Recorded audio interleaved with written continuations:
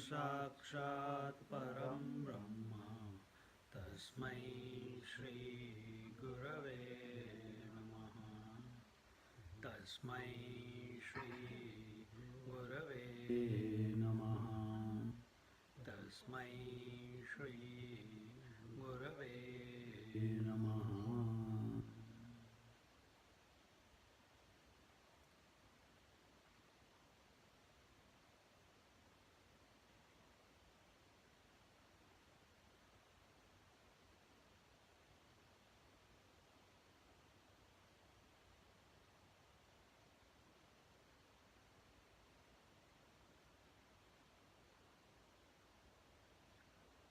What is this problem of objectification?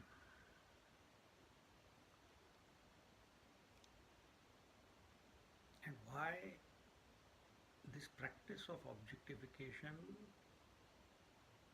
when applied in the world, gives us a result, but when applied subjectively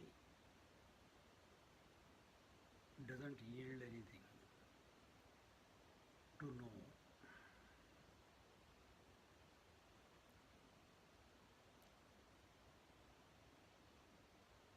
Objectification, what does it mean?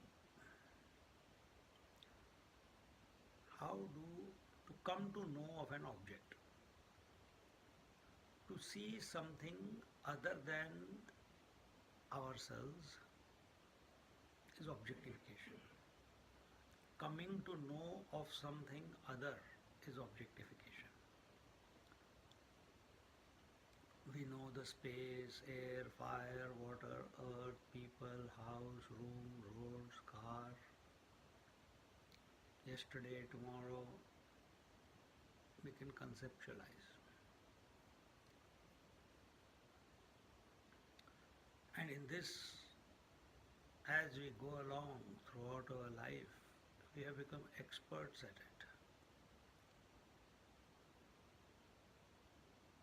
And that is why one more thing happens in objectification, that whatever object we have become aware of,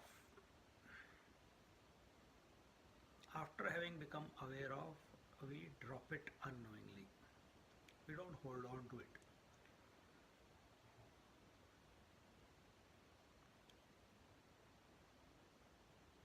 And this process is going on. Now the same habit on the seat of meditation is applied with regards to our essential nature, who we are essentially, the pure consciousness.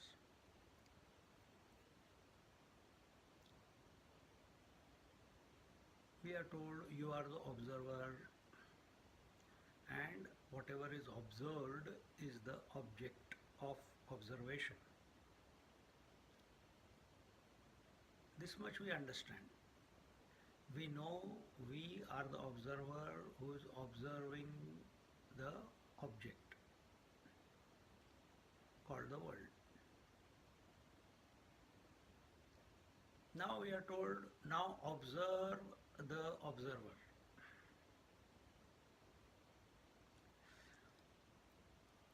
Because of our default process, we try to imagine that this observer is an object of observation. And therefore we turn our eyes, we look within, we try to fall back into ourselves, into the observer. All different things are tried out, which eventually lead to frustration.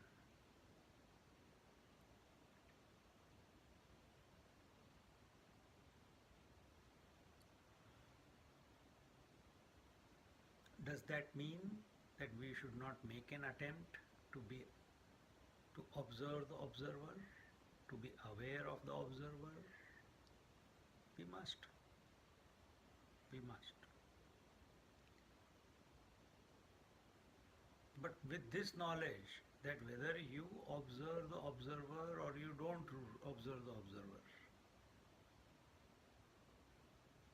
there is no gain or loss. When I look at the world through my eyes, there is some gain. When I know something and there is something to be known, there is some gain. There is some interaction. There is a distance. And by knowing something, that distance reduces in our mind. But with regards to this observer, when I make an observation about the observer or I become aware of it, there is no distance between the observer and the observed. Observer is I and the observed also is I. The knower is I and the known also is I. Experiencer is I and the experienced also is I. Unlike the objects of the world, where the experience is I, but the experienced object is something other than the I.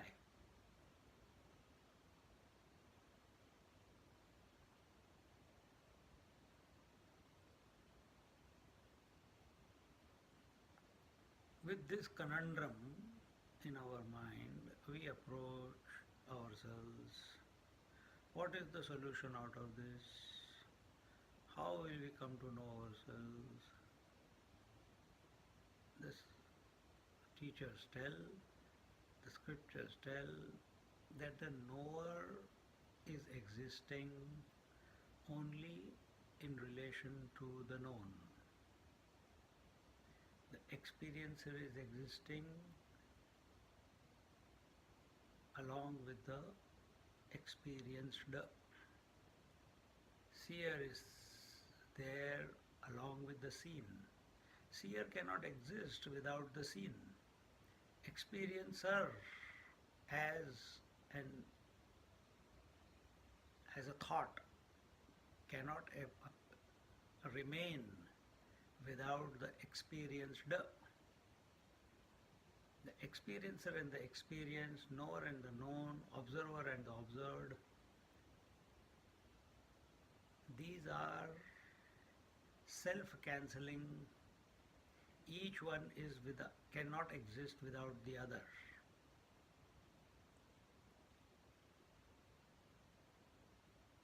Light removes darkness, and darkness does not allow the light to express. Object cannot be known without the knower, and the knower has got no substance. The knower cannot know, I shouldn't say substance, the knower cannot know anything if there is no object. So when we look at it in this manner, we come to realize that these two, knower known, observer observed, are mutually cancelling opposites. And this is what the whole world is. This is how we come to know the whole world. The I interacts, I the subject interacts with some object, and a thought is created, a triad is created. But this is not the manner in which we can come to know the self that we are. But default process works. What to do?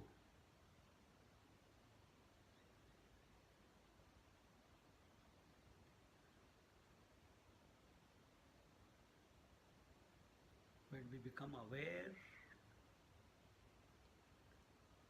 and we see the mind making an attempt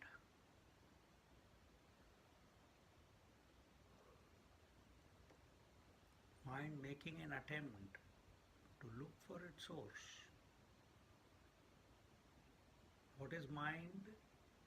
An interaction between the subject and the object, the I thought and the that thought.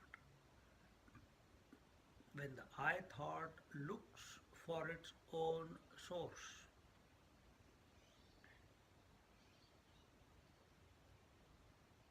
it vanishes. Even better,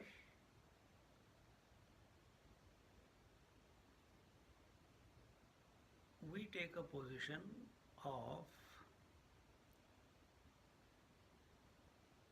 being the one in whose presence the I thought and the that thought is coming and going, coming and going, coming and going. Remember one thing, thoughts appear in the mind of their own accord. We take the ownership of it. Don't take the ownership, just wait, stay there in the Sakshi Bhav and watch the mind. Mind is an expression of these two mutually cancelling opposites. The I thought, the subject, and that thought, the object. You stand apart. Whether knowledge takes place or does not take place. Whether there is something to know or there is nothing to know. You don't get disturbed. You remain aware of this process of knowing, unknowing going on through the mind. After a continuous practice, a point comes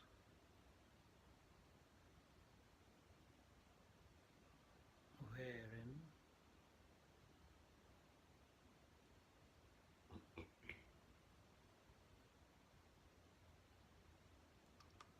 the seeker knows without knowing,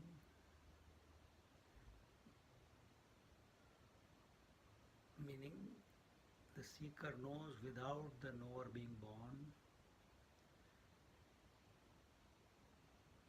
with experiences without the experiencer being born, sees without the seer being born, and so on. The mind will not stop. The mind will continue. But the one who used to take the ownership of the mind through understanding, through knowledge, through a long abhyasa of Sakshi Bhav, which happens, which comes about as a result of contemplation,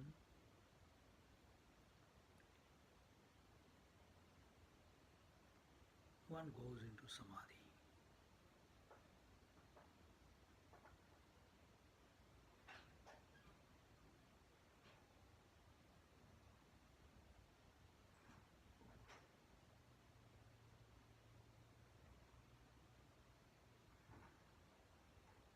And all this happens. It cannot be brought about.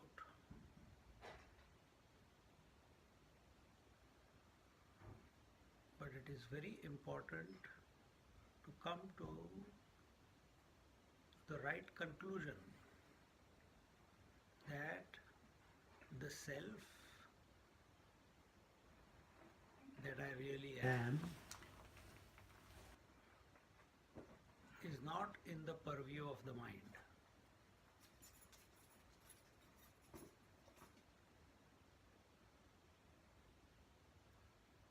Yato vacho nivartante aprapya manasasa.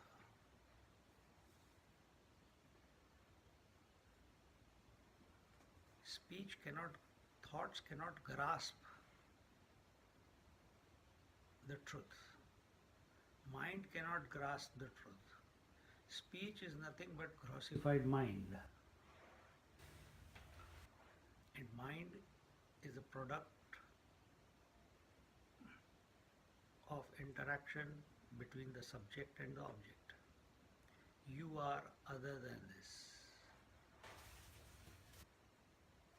You know.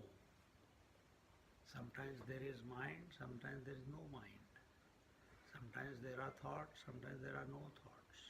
There has never been a time when you have not known this.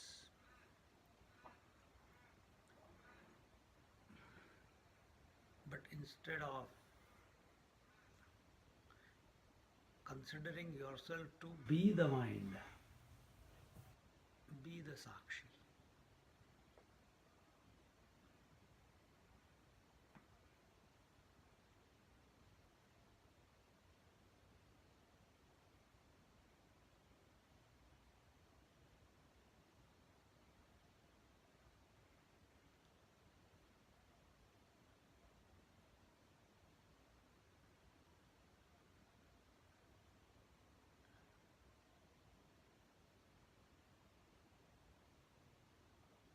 And that will lead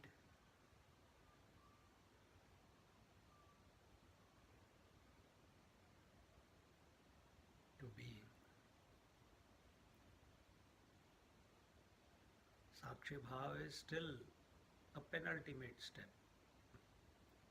Witness is witnessing the manifest or the unmanifest mind. But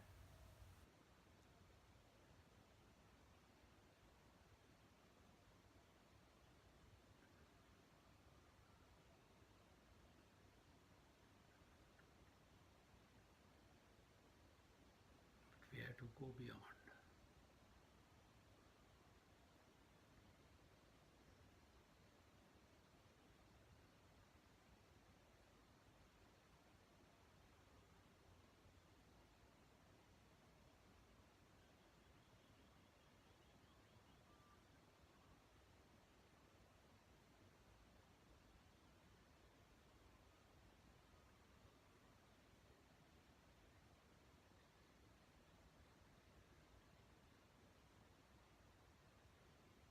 It is that state of being where we are free,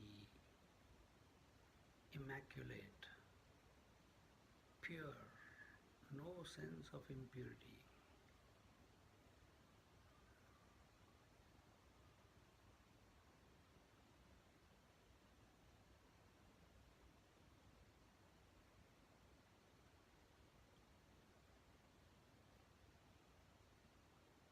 All knowing and blissful.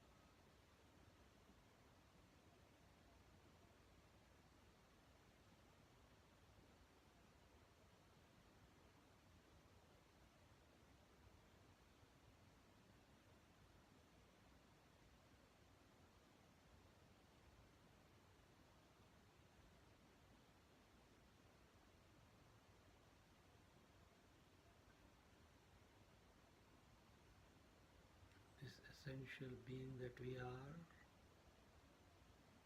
is beyond exhilaration and depression.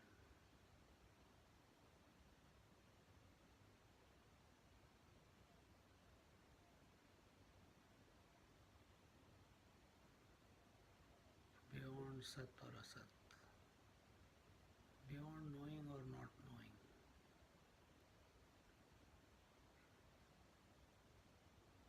Beyond Anand or no Anand. Words have no jurisdiction where the self is.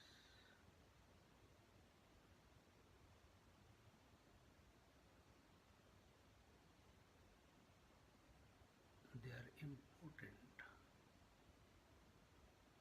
to explain.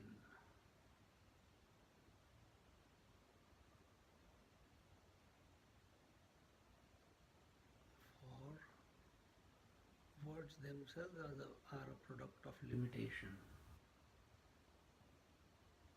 whereas the self is a state of being, not born because of something or the other.